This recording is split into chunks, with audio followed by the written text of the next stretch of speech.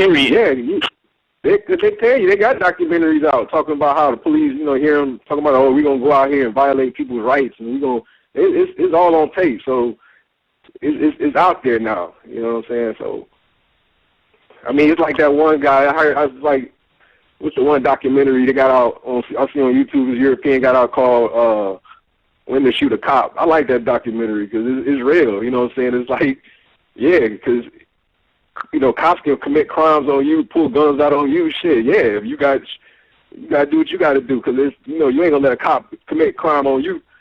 So yeah, you gonna have to do what you got to do. Right, and we have to look at our life beyond combat situations with the police encounters and with the white man. Those are unavoidable. Yeah. But the real question is, what are you doing all day long? What are you doing with your life? That's the real question. We can't live from one fear of one police encounter to another. That's going to happen. You're going to have to do what you got to do. In some cases, compliance might get you out of a situation.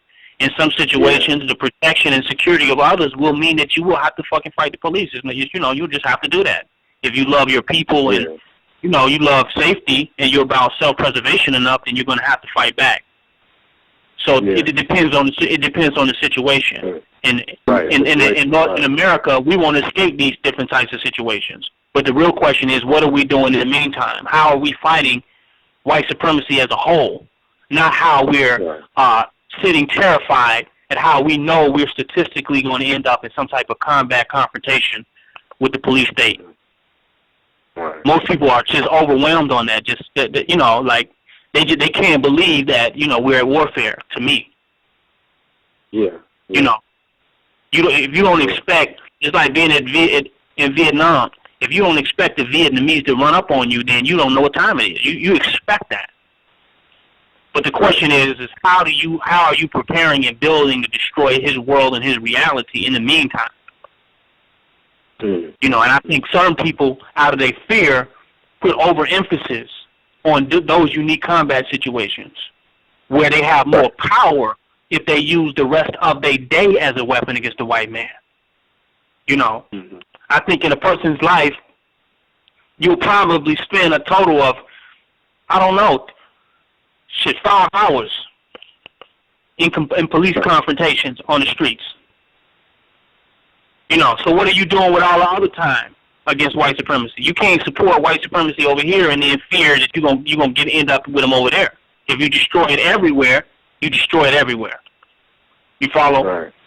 If you reject it everywhere, you reject it everywhere. And I think that's the type of questions we need to ask ourselves. We can't just keep being petrified of police encounters and looking for remedies and courtroom karate, you follow, in order to deal with those situations that it's a possibility they may not happen to you.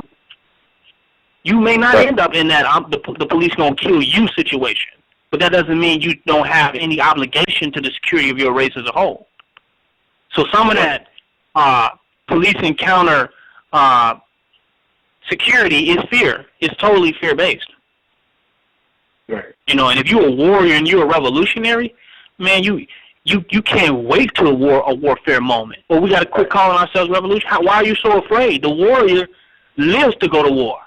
The fighter lives to fight. So that's the pleasure of the situation, not the pain. You follow? Right. So I don't understand that. Why I don't understand the fear of the police and police situations. I don't understand that. But for people who consider themselves to be revolutionaries and militants, and I don't understand why they're trying to create a fairy tale reality around these man against man situations that will potentially occur. They're going to occur. Yeah. It definitely needs to be a strategy on how to deal with these things, And that's what I think the Moorish movement is about the magnified, exaggerated fear of police encounters. Right. Just get over it. Your fear is going to make that situation, even worse than it has to be too. Yeah. You follow? Get rid of the fear. Don't try to compensate for fear with paperwork. Kill your goddamn self. Go beyond the fear. Exactly. You know, look in the mirror and say, you know what, I'm a scared bitch of the police. I'm scared as fuck. Let me address this. You follow? Let me sit with it. Okay, I'm a scared bitch. I'm a scared bitch. Okay, I'm a god. I'm a god. I'm a god. Okay, now we passed that. Now what we gonna do? How we gonna help somebody else now? Now it's not until after you killed yourself can you be of service to somebody else. We spend our whole lives worrying about our own damn self as men, which is why we are not in service of others. But I'm going into that in my lecture topic, though. Right. And I've been in and am in constantly more police combat situations than most. I know that for a fact, and that's the least of my concerns. You follow? Right. That's the least of my concerns. I mean, I started off with the same fear of everybody else with the Moors. I was afraid, and let me get my documents and all that. But now it's like, whatever, man. It's man to man. Bring it. We ready. You feel me? We ready for whatever clique. The wolves, the coyotes, the possums, the raccoons, the crackers. Same, you know, who else? You know what I mean? It's all the same shit. Exactly. That's what's up, bro. So, I mean, what do you think about that? These people that's depending on this paperwork addressing they fear of the white man. It's like a security blanket made out of paper. Right. You know, that's all. As men, we have to confront our fears, man, and go beyond that, man, and deal with it. If you don't have no paperwork, you can get out of that. You can get out of anything, man. There's no situation a guy can get themselves into that they cannot get out. Right. But the only thing blocking the person from realizing that is the fear that they have of this, that, or the other. But once you have killed your damn self effectively, it's nothing else for you to fear after that, because what else can kill you if you have already killed yourself? And that's going to take me into my topic on the devotional suicide, suicide by devotion, which is my title tonight. But was there anything else, brother? That's it, bro. Black Supremacy. Appreciate it. Thanks, bro. That's right, because some people can die. You can die in a police confrontation. I mean, I don't know why people are so surprised. You can die in a police confrontation with paperwork. The crackers can still decide, hey, I'm going to kill you. Okay. That's a reality. Right. Right, exactly. There's nothing protecting you from a cracker killing your ass in America. Why are we so blue back? But the white man has been killing us for 400 years. It's nothing new. There's nothing different about that. Nothing can protect us from that other than us truly becoming a militant, fearless army. You follow, that can meet force with force and meet aggression with aggression. Until we are able to effectively do that, we will be vulnerable and we will be victims no matter how much paperwork we got. It don't matter. They're going to continue to shoot us down in the streets until we man up as a nation. You follow? Because if this individual is going to be weak and he looks like you, then he's giving you a bad rap. You follow? So it takes a nation of strong men in order to throw off racial attack. You follow? Right. I was telling one of the brothers in the Nation of Islam, I was hollering at one of them, and I was basically telling him the same thing, you know, and he was kind of wasn't here feeling that a little bit, you know. I was just like, man, I was like, okay, I'll see what y'all about, you know. Like I tell him, the young brother, like, man, we need y'all to, man, we don't need y'all out here in bow ties, we need y'all out here in camouflage. You know what I'm saying? We getting gunned down here, bro. We don't need y'all out here in the streets hustling, man. We need y'all, you know. They, through their fear of the white man, they have presented themselves to be immaculately righteous. You know, I have a suit and tie. I'm righteous. Don't bother me. You follow? My weapon against them is to appear better than every other nigga. I'm not just a nigga. I have a suit and bow tie on. You follow? That's fear. Right. Meaning that why should we not be respected because we don't have a suit and bow tie? You know, why do we have to go to such extent to make ourselves palatable by the white man?